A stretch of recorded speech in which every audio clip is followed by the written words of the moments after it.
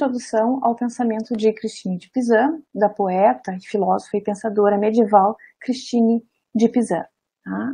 O meu objetivo aqui é fazer então uma apresentação, no primeiro momento, da vida, alguns aspectos biográficos da Christine de Pizan, seguido por um breve sobrevoo sobre a obra dela, para então a gente se debruçar sobre alguns aspectos filosóficos, e aí a gente vai poder ler juntos algumas passagens de interesse filosófico em Christine de Pizan. Tá?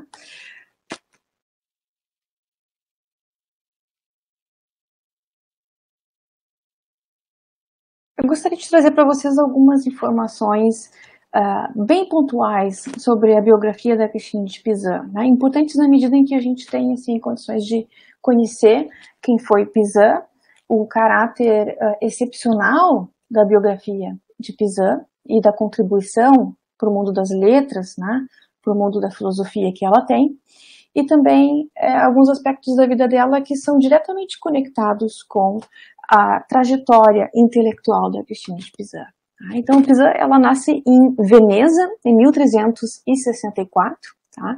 Muito jovem, com 4 anos de idade, ela se muda com a família dela para Paris, onde o seu pai, Tommaso de Pisano, vai trabalhar próximo ao rei francês Carlos V. Tá? O rei Carlos V, que era um rei bastante erudito, ele chama Tommaso de Pisano para compor o conselho dele e atuar como astrólogo e médico, tá? Junto à corte real. Em 1380, Christine de Pizan vai casar com Etienne de Castel, que é secretário do rei, então alguém que tem uma função proeminente junto à corte, né? Alguém que vai lidar com a administração real, com documentos, e alguém que tinha também uma formação universitária, com quem ela vai ter 2 filhos e uma filha. Né? Pizan teve 3 filhos, e com Etienne de Castel, um casamento que durou 10 anos, né? E que ela disse ter sido muito feliz nesse casamento. Um evento que tem bastante importância na vida de Pizan é a morte inesperada, né, de Castel, do seu marido, um pouco depois do falecimento do pai de Pizan. Tá? Então esse evento vai levar a Christine de Pizan, que agora é viúva e que tem uma família para sustentar, a encontrar meios para o seu próprio sustento. E a estratégia dela é adquirir esse sustento através da escrita. Tá? Então ela começa compondo poesias, né, ali a partir de 1390, as quais vão render a Pizan uma certa fama, né, uma significativa atenção junto à corte. E a partir daí ela vai compor esses textos num contexto de mecenato. Tá? Ela vai procurar uma retribuição financeira pelos trabalhos dela. Em um dos seus textos autobiográficos, que é o livro da transformação de Christine, e também no livro da visão de Christine, a personagem Filosofia lembra a Christine de Pizan que se ela não tivesse ficado viúva, ela não teria se dedicado aos estudos, né, e à escrita, mas teria, né, na verdade, se ocupado, como era o costume na época, das responsabilidades domésticas, né, como era esperado de uma esposa, né, dessa classe social. Convém observar que nesse período medieval, a viuvez entre mulheres aristocratas, né, na corte, era um período de relativa liberdade para as mulheres, né, já que elas podiam tomar essa decisão de não casar-se novamente. E essa é a decisão que Christine de Pizan vai tomar. Então ela é autora, a gente sabe que ela é editora e publicadora, ela se envolvia diretamente na confecção dos seus livros, ela orientava copistas e os artistas a ilustrar os seus manuscritos, né? Aqui a gente tem uma ilustração da página frontal da Cidade das Damas, um texto sobre o qual a gente vai falar com um pouco mais de detalhe logo adiante. Então a Pizan, ela agia também como a própria copista, né? Ela copiava alguns dos seus manuscritos de próprio punho e muito astutamente ela vai, como eu disse, presentear essas compilações, e esses manuscritos, a potenciais mecenas, membros da corte, incluindo a própria rainha da França. E ela vai buscar com isso uma segurança financeira e também renome. Né? E é por isso que a gente considera hoje a Christine de Pizan a primeira mulher escritora profissional no Ocidente, no sentido em que ela, né, se sustentava com a pluma, com a escrita. É importante chamar atenção para o fato que Pizan vive um momento político especialmente turbulento. Isso vai ter uma marca na obra dela, né, marcado por disputas de liderança na monarquia e também no papado. A gente está falando aqui da Guerra de 100 Anos, né, que vai de 1337 a 1451, quando a França se via devastada, né, pelo cerco dos ingleses e onde vai eclodir também o conflito, né, que resulta dessas disputas entre armagnacs e bourguignons, entre as famílias reais, né, além das instabilidades causadas pelo grande cisma do Ocidente, que é uma crise religiosa marcada pela eleição de 2 papas, um em Avignon e outro em Roma, ambos, né, reclamando para si o poder da Igreja Católica.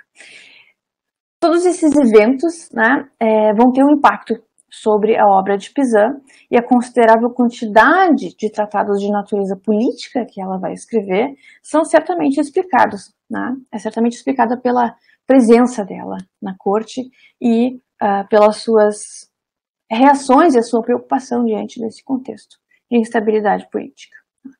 A Pizan, ela vai se retirar da corte parisiense em 1418 em decorrência da guerra civil, da violência, e vai se abrigar em um convento não muito longe de Paris, em Poissy, onde praticamente abandona a atividade literária. Tá? Se não pela confecção, já no final da sua vida, de um poema celebrando a vitória dos franceses sobre os ingleses, sob a liderança de Joana d'Arc, tá? Isso em 1429. A gente acredita que Pizan morre um pouquinho antes da condenação da Joana d'Arc, em 1431. Deixa eu falar algumas coisas sobre o contexto cultural e intelectual da Christine de Pizan. A Pizan, ela gozou de uma considerável reputação positiva em vida, né? E nesse sentido, o seu lugar no cânone da literatura ocidental está bastante assegurado. Nós ainda estamos trabalhando a sua contribuição em relação ao cânone filosófico, né, e a inserção dela na historiografia da filosofia medieval. Tá? E, de fato, avaliar essa pertinência dos escritos de Pizan para a compreensão do que era atividade filosófica nessa época implica levar em conta as condições extremamente especiais e singulares em que ela escreveu. Tá? Isso inclui essa distinção sociocultural entre o meio laico ao qual ela pertencia e o meio clerical, onde a gente pode localizar aqui os homens que seguiam uma formação universitária completa. Tá?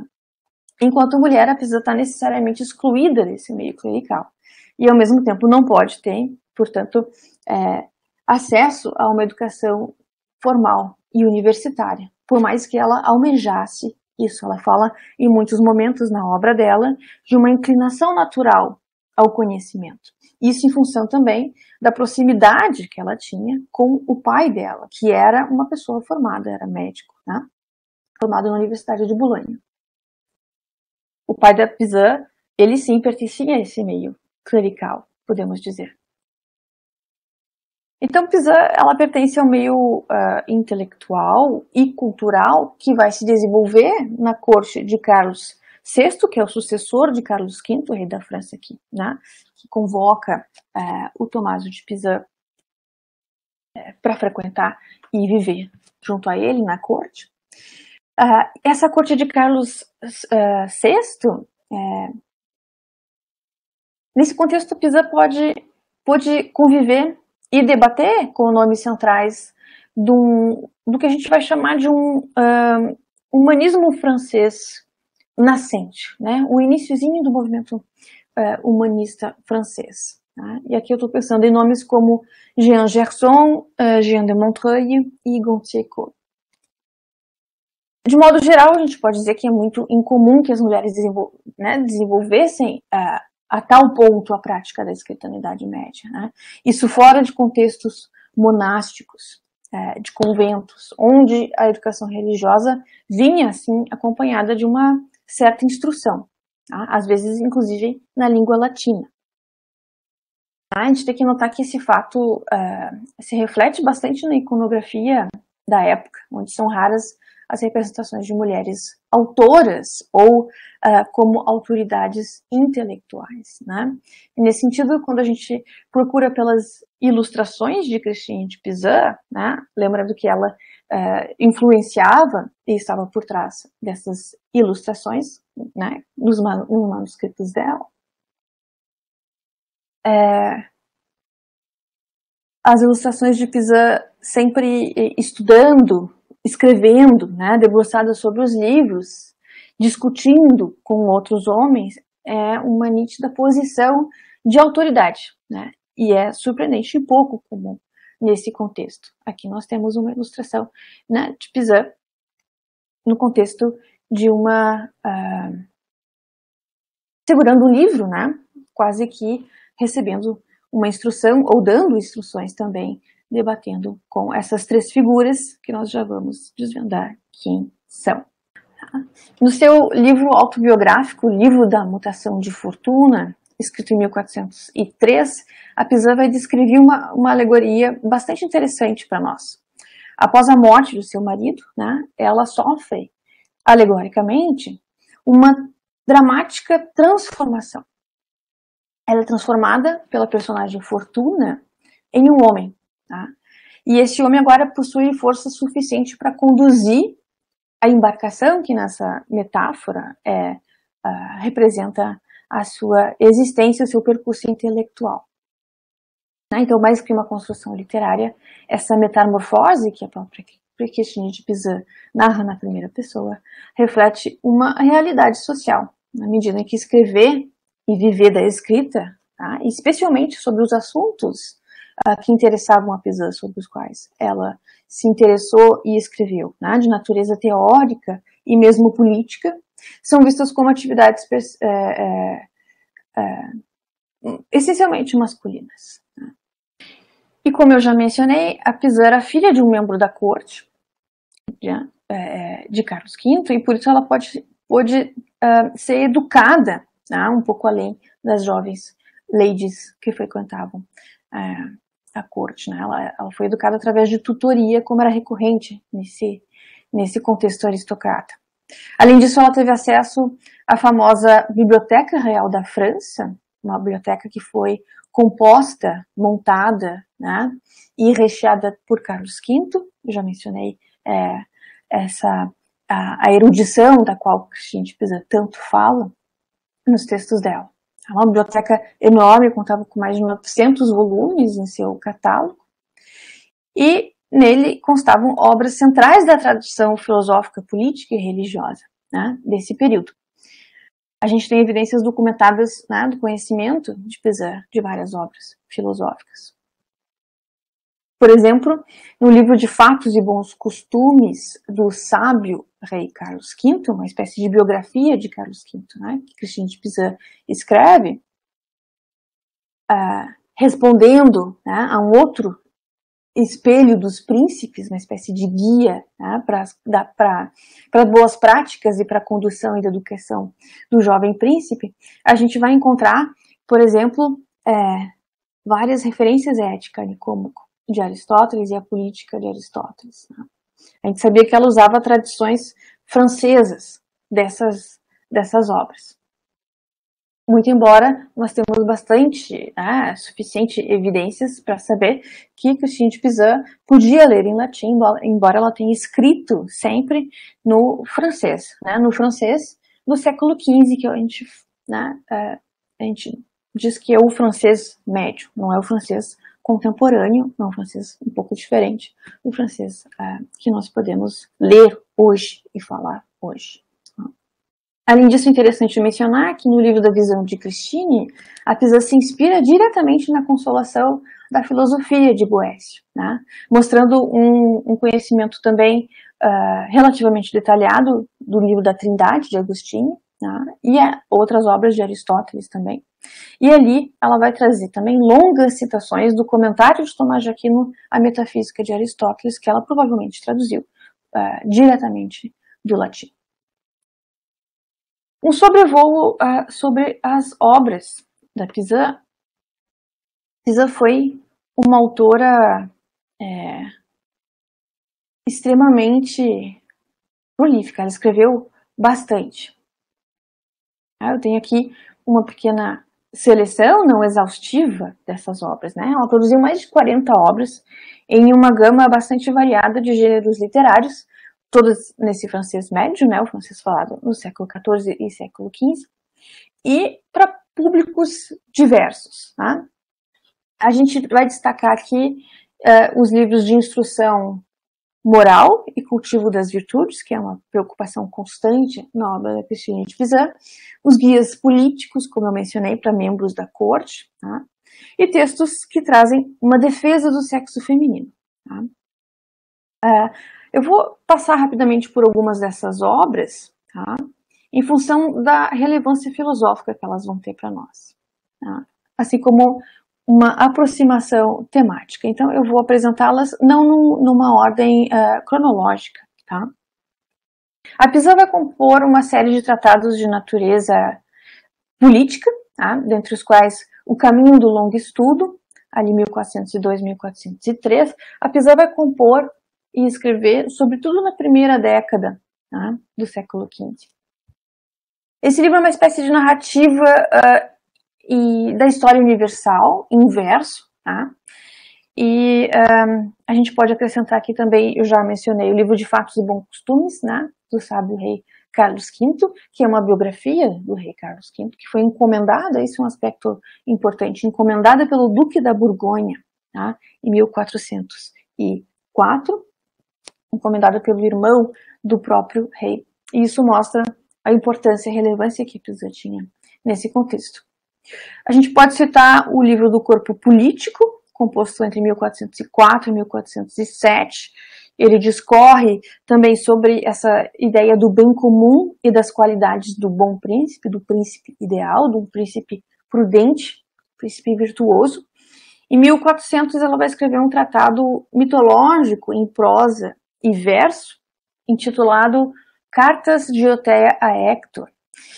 E eu faço referência a esse texto porque ele foi reproduzido em 47 manuscritos, e alguns deles muito luxuosos e ricamente iluminados, o que indica o prestígio dos seus proprietários. E 47 manuscritos é um número grande para essa época.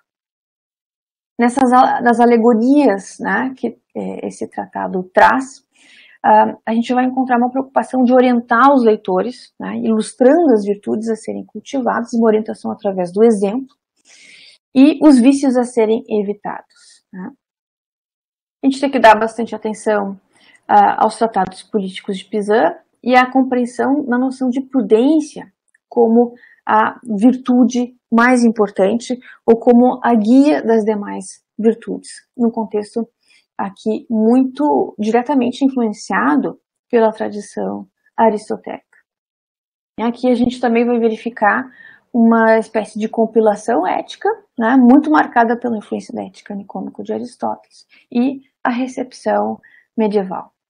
Nesses textos a gente encontra uma discussão bastante teórica sobre o que é sabedoria, entendida como a equivalência teórica da noção de prudência, e a prudência entendida como a soma, como implicando a soma das demais virtudes. No segundo bloco, a gente pode localizar a carta do Deus do Amor, esse composto um pouco antes, é ainda a primeira fase que Pizan estava escrevendo poemas ainda, antes dessa passagem para os textos em prosa, em 1399, é uma sátira epistolar em verso, onde o Cupido vai denunciar as difamações contra as mulheres. O livro da visão de Christine, eu já mencionei ele, se apresenta como uma narrativa autobiográfica, onde Pizan, personagem, mostra ter consciência da novidade da sua condição como escritora e dá importância para isso, para o seu reconhecimento e para a sua fama. Nesse mesmo ano, né, 1405, ela vai escrever o texto mais conhecido hoje para nós, que é a Cidade das Damas, reproduzido em 26 manuscritos. Ali, personagem Christine também, né, ela narra a visita de 3 senhoras, são as 3 senhoras que nós vimos na nossa ilustração aqui, 3 damas, razão, retidão e justiça, que auxiliam ela a construir uma cidade amuralhada para proteger as mulheres dignas e virtuosas da misoginia, protegê-las das calúnias injustas lançadas pelos homens, em diferentes contextos, né? Contexto religioso, no contexto intelectual, na própria sociedade. Essa obra ela pode ser entendida como uma grande narrativa alegórica também, em defesa das mulheres, contra os textos motivados pela difamação do sexo feminino como um todo. Eu vou explorar um pouco mais esse ponto abaixo. Essa obra nos interessa bastante, né? Pela fama que ela obteve e pela circulação que ela teve também. É uma compilação biográfica, né, de narrativas biográficas de mulheres notáveis, através da história, incluindo mitologia e também nas escrituras. Né. Ainda nesse mesmo ano, em 1405, ela vai compor o livro das Três Virtudes, dedicado à Rainha Margarete da Borgonha, que pode ser visto também como um guia prático de conduta moral dedicado às mulheres, né, de diversas classes sociais, desde as princesas, passando pelas camponesas até prostitutas.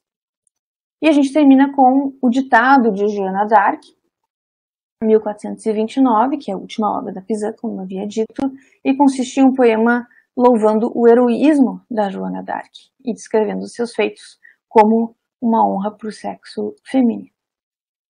Deixa eu dizer algo sobre a defesa do sexo feminino e a categoria historiográfica de querelle des femmes, né, ou problema das mulheres. A Pizan ficou particularmente conhecida pela sua defesa das mulheres contra a difamação do sexo feminino, né, nos meios literários e filosóficos. E os textos mais importantes para a gente analisar os seus argumentos contra essa ideia de que a mulher é um ser inferior são a série de correspondências, né, sob o título Querelle de la Rose, ou Debate da Rosa, e a Cidade das Damas, os mais importantes, né, mas ela vai, como eu mencionei acima, tratar desse problema em diversos outros textos. O que é a Querelle de la Rose? Né? A Querelle de la Rose é um debate público, né, que foi trazido a público, um debate epistolar, né, ele foi travado através de correspondências, de trocas de cartas, foi protagonizado por Christine de Pizan, né, e Jean de Montreuil e Gonthier Coe, né, que são personagens também, figuras desse contexto intelectual que é o início do humanismo francês no período medieval. Esse debate se dá através de correspondências envolvendo a crítica ao Romance da Rosa, na versão do Jean de Meun, cujos versos vão apresentar uma visão bastante ofensiva e pouco elogiosa das mulheres. Né? As mulheres vão ser sistematicamente, nesse poema, representadas como ardilosas, desleais. A disputa ela se inicia ali na virada, né, do século XIV para o século XV, em 1401, quando a Pizan vai escrever uma primeira carta diretamente em resposta a Jean de Montreuil, denunciando ele e os demais intelectuais que elogiam esse texto, que elogiam o autor e defendem o conteúdo dos seus versos. A Pizan entende que todo autor deve assumir responsabilidade moral sobre suas obras e que a literatura deve ter como função última uma orientação moral, uma edificação moral, né? Para além da qualidade estética, das rimas e da diversão que esse texto pode trazer. Então esse retrato misógino, difamatório do sexo feminino teria um efeito corrosivo, segundo Pizan, né, sobre os seus leitores. Isso levaria, em última instância, a uma compreensão equivocada do que é o amor e a uma desarmonia entre os sexos. Na sequência, o Gontier-Cole vai solicitar uma cópia da Carta de Pizan e criticá-la duramente, né, pedindo que ela se retrate. Ela se recusa a fazer isso, a se retratar, e vai reiterar a sua posição, né, a sua posição de que esses versos devem ser condenados, pois eles não condizem com a verdade e com a realidade. E a Pizan vai compilar essas cartas, né, essa correspondência, e vai enviar aos seus protetores, né, dentre os quais a rainha Isabel da Baviera, e vai garantir com isso a exposição desse debate, né, em função disso, dessa atitude de Pizan que ele vem ao público. E nas cartas a Pizan vai falar explicitamente em nome do sexo feminino e vai usar a sua condição de mulher como uma posição privilegiada para argumentar. Eu vou explorar esse ponto um pouquinho mais na sequência. Bom, a Cidade das Damas, né, pode ser lida como, eu disse, um catálogo de mulheres ilustres, né, no mesmo gênero de outros livros que já haviam sido escritos, né, e circulado bastante, como o de Mulheribus, o livro das mulheres ilustres ou das mulheres célebres, né, de Boccaccio. Petrarca também tem um livro dos homens célebres, nesse sentido, né, uma sucessão, uma lista de biografias. Esse livro tem claramente um público feminino, né, como público leitor, como público-alvo. Pizan vai compilar mais de uma boa centena de relatos biográficos dessas mulheres ilustres em função das suas contribuições científicas ou do seu destaque nas artes, tá? E também pelas suas atuações como guerreiras, governantes, rainhas regentes e estrategistas militares ainda.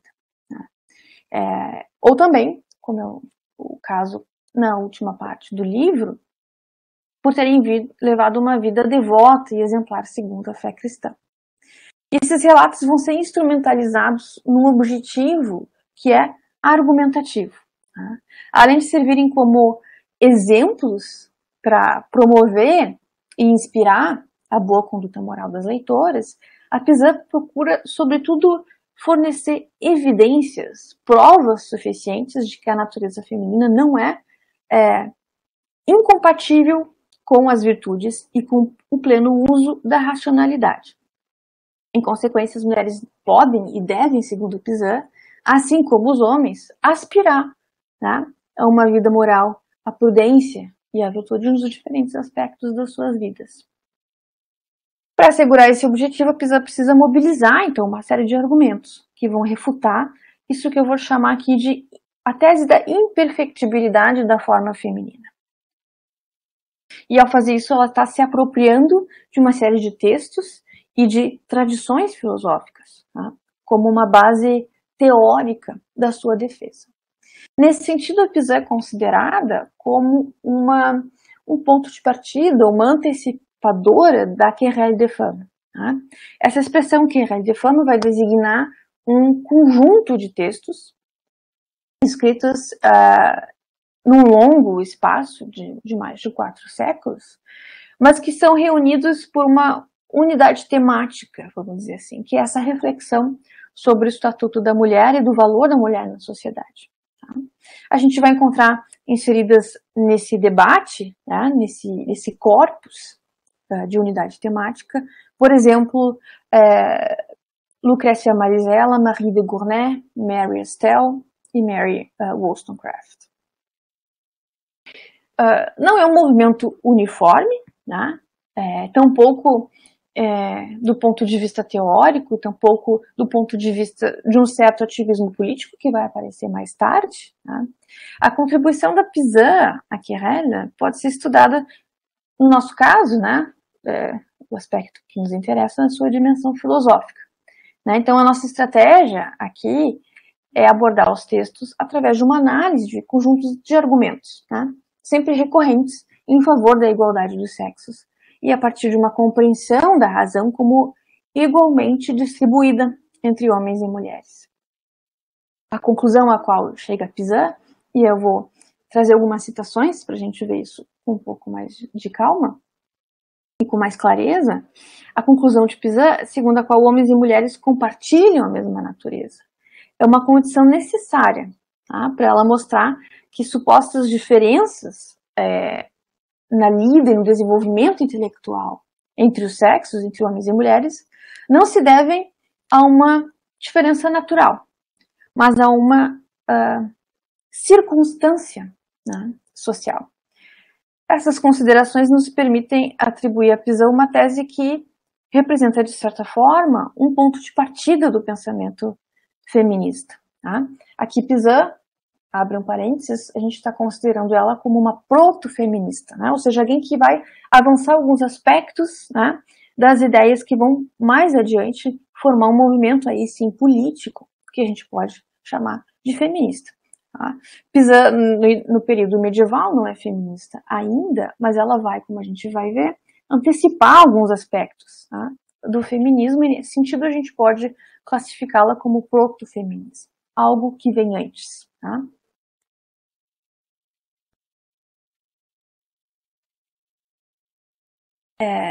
A tese que ela que representa, nesse sentido, um antecedente feminista e que nós podemos atribuir a Christine de Pizan, é que a condição da situação das mulheres, né, na sociedade pode ser explicada por uma desigualdade de oportunidades, né, ou seja, um certo condicionamento social. E, de modo geral, a obra da Christine de Pizan é muito celebrada, né, na bibliografia especializada e pela crítica, né, como uma visão sem precedentes, uma reação sem precedentes à misoginia dos meios intelectuais. Então, através dos seus argumentos e do recurso a uma variedade de aparatos argumentativos e teóricos, a Christine de Pizan busca, em última instância, essa edificação moral dos seus leitores e a refutação, tá, através da legitimação do seu discurso filosófico, a refutação dessa visão misógina, que ela acredita ser extremamente nociva, tá, do ponto de vista moral e social.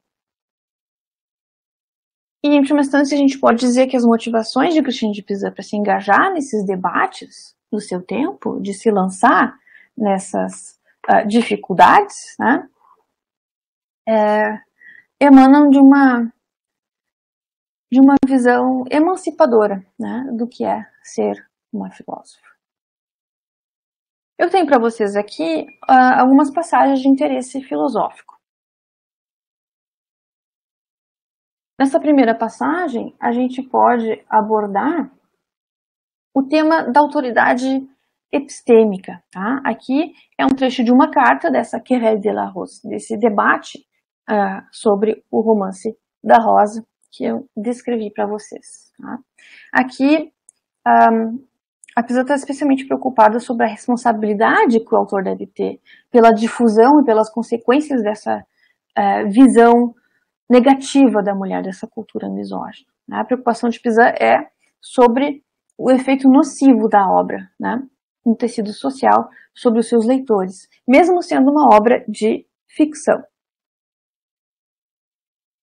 Na passagem que eu selecionei aqui, a Pizan está, de uma maneira muito consciente, usando a sua condição de mulher para exigir autoridade epistêmica nesse debate, né, sobre a natureza da mulher.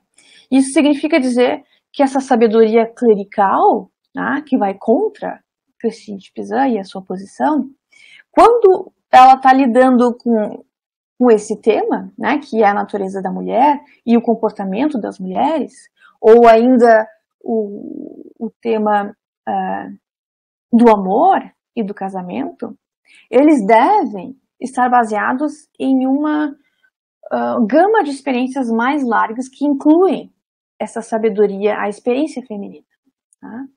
E na passagem que vocês têm diante de vocês, a Pizan vai afirmar ter acesso, então, a essa perspectiva diferenciada, tá? Porque ela é uma mulher, afinal de contas. Tá? Então, a sua posição, segundo Christine de Pizan, deve ser reconhecida como uma fonte de conhecimento legítimo.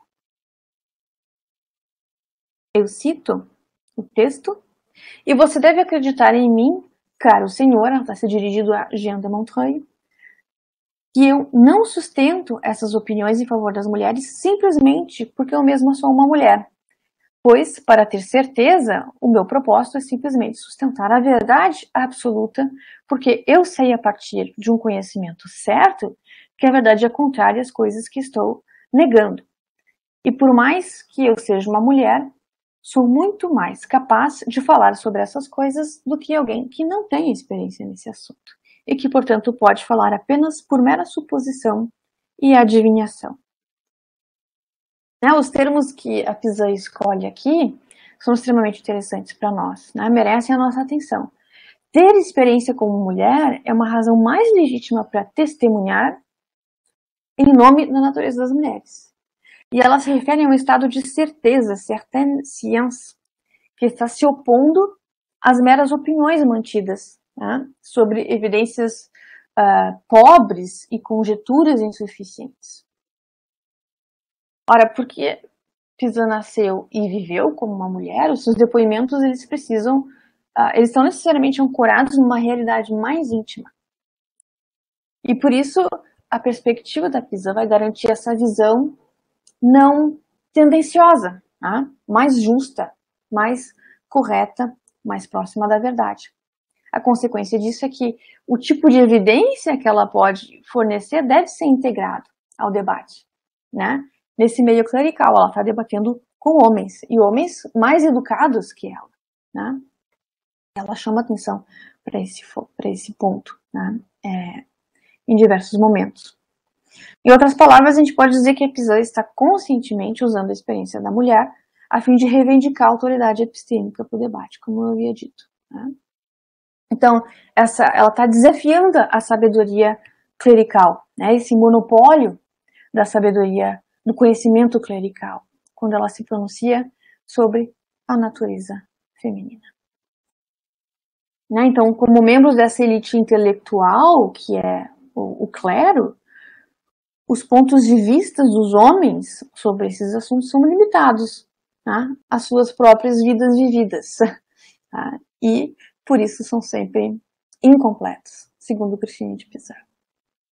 Entrando na Cidade das Damas, aqui a gente vai ter o objetivo de Pizan explicitamente revelado.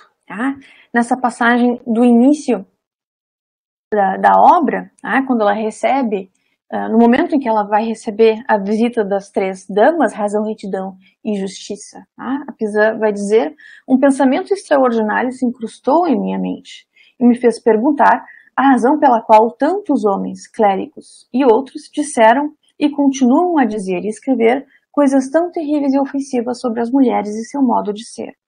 Esse é o comportamento dos filósofos, poetas e oradores. Todos parecem falar em uma única voz e são unânimes em sua visão, segundo a qual a natureza feminina é completamente submetida ao vício. Aqui ela está respondendo a um quadro bastante complexo. Ela está respondendo basicamente a argumentos que vão partir das seguintes premissas para concluir que essencialmente as mulheres são imperfeitas. A gente tem um fundamento racional, a ideia de que a mulher tem uma capacidade racional não tão desenvolvida, o que ela não tem domínio sobre a sua racionalidade. A gente encontra essa ideia essencialmente em Aristóteles, na tradição aristotélica. Fundamento fisiológico e biológico também presente em Aristóteles, que a mulher tem um corpo defeituoso e o papel reprodutivo da mulher é secundário. E existe também um fundamento nas escrituras, sobretudo no livro de Gênesis, a ideia de que Eva foi criada em segundo lugar e a partir das costelas de Adão. E existe um debate ainda sobre se a mulher também reflete a imagem de Deus na sua alma. Em consequência, a gente vai ter a sustentação desse conjunto de teses que vai formar o quadro da misoginia clerical e erudita, vamos dizer assim, do tempo de Pizan. A ideia de que Naturalmente, as mulheres devem ser submissas ao homem no contexto doméstico e também social. Tá? Essa ideia de que o corpo feminino é fonte de impurezas, a inferioridade moral da mulher e a exclusão, finalmente, da mulher de um sistema de ensino, de um sistema formal de ensino.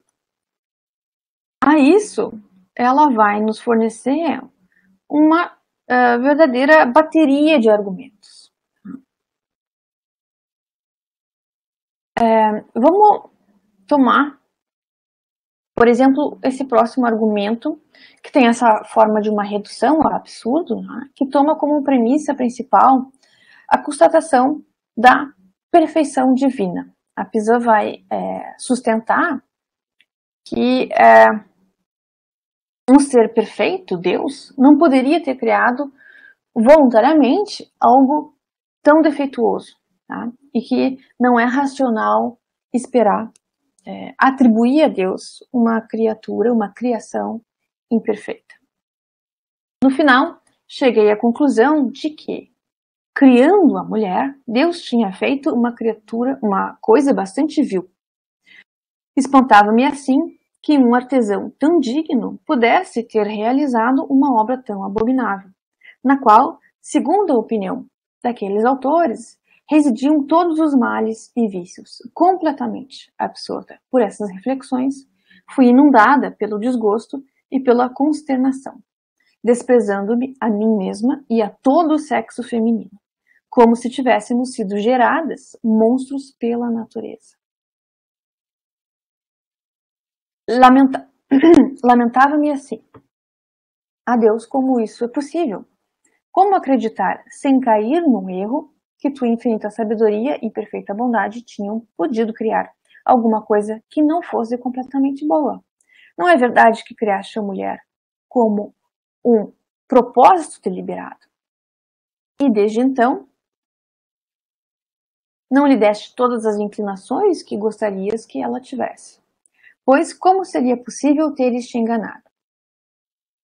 E, no entanto, eis tantas acusações graves, tantos decretos, julgamentos e condenações contra ela, eu não consigo entender essa aversão ou essa contradição. Reparem na forma argumentativa e na forma refutativa, tá? Por redução ao absurdo desse argumento.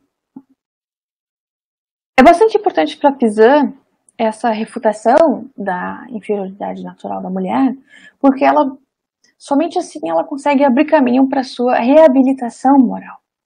Essa conclusão só pode ser retirada se a gente acrescenta duas teses, né? Se a gente toma simultaneamente duas teses. A primeira é a distinção entre costume e direito, né? Ou entre costume e natureza, quando a gente está falando sobre hábitos em relação às oportunidades das mulheres, né? As oportunidades sociais das mulheres. E o segundo é o desenvolvimento das virtudes, num sentido bastante aristotélico, como uma habilidade adquirida. Tá? Não nascemos virtuosos, mas nós adquirimos, nos treinamos na vida virtuosa. E nesse sentido, para todos os seres humanos, a igualdade de natureza, tá? Mas o que é diferente entre todos os seres humanos são os percursos vividos. Tá? E o desenvolvimento das virtudes se dá nesse último, no percurso vivido, tá? Que tem a ver com as experiências que se tem, com as pessoas com as quais nós convivemos, o acesso a exemplos edificadores, tá? E acesso aos estudos também. Tá? E a consequência direta disso, para Pizan, é que tanto os homens como mulheres beneficiam em igual medida dos ensinamentos em matéria moral e teórica. Tá? E dos estudos que permitem, então, essa edificação do espírito e o aperfeiçoamento do caráter, que pode vir a culminar na prudência. Então isso é importante, né? A Pizan está construindo essa cidade alegórica para proteger as mulheres, honestas e virtuosas. E nesse sentido, a defesa do sexo feminino é uma defesa da possibilidade, né, da perfectibilidade da natureza feminina. A possibilidade natural, né, de se desenvolver plenamente, racionalmente e moralmente, em detrimento de apresentar uma tendência natural ao vício. Né? E aqui a gente tem, então, essa distinção, que eu acho que fica clara no texto da Pizan, entre natureza e costumes. Então, a partir desse resultado, tá, segundo o qual a virtude é ensinada e não decorre da natureza, a Pizan pode oferecer um diagnóstico, se não uma defesa, tá, a respeito da educação das mulheres na sociedade medieval. Essa é a minha próxima citação. Pois, se fosse um hábito mandar as meninas à escola e ensinar-lhes as ciências, como o fazem com os meninos, elas aprenderiam e compreenderiam as sutilezas de todas as artes e de todas as ciências tão perfeitamente quanto eles. Isso acontece, como mencionei anteriormente, devido às mulheres terem os corpos mais delicados do que os dos homens, mais fracos e menos aptos para algumas tarefas. Assim, elas têm inteligência mais viva e mais aguçada lá onde elas se aplicam. Aqui eu não vou desenvolver no detalhe esse ponto, mas a Pizan reproduz uma ideia bastante comum nesse momento de que uma certa divisão do trabalho, tá, que em última instância mantém e dá coesão ao tecido social, vai ter como base a distinção dos sexos, né? A distinção de gêneros. Tá? E isso tem a ver muito mais com força física, né, do que com uma mente mais ou menos aguçada ou um domínio maior ou menor, né, da racionalidade. Eu sigo a leitura. Sabes por que são elas que sabem menos? Dama, não, isso não me foi dito, que ela está, né, num diálogo com a dama razão. Sem dúvida, é por elas não experimentarem coisas diferentes, limitando-se às suas ocupações domésticas, ficando em casa.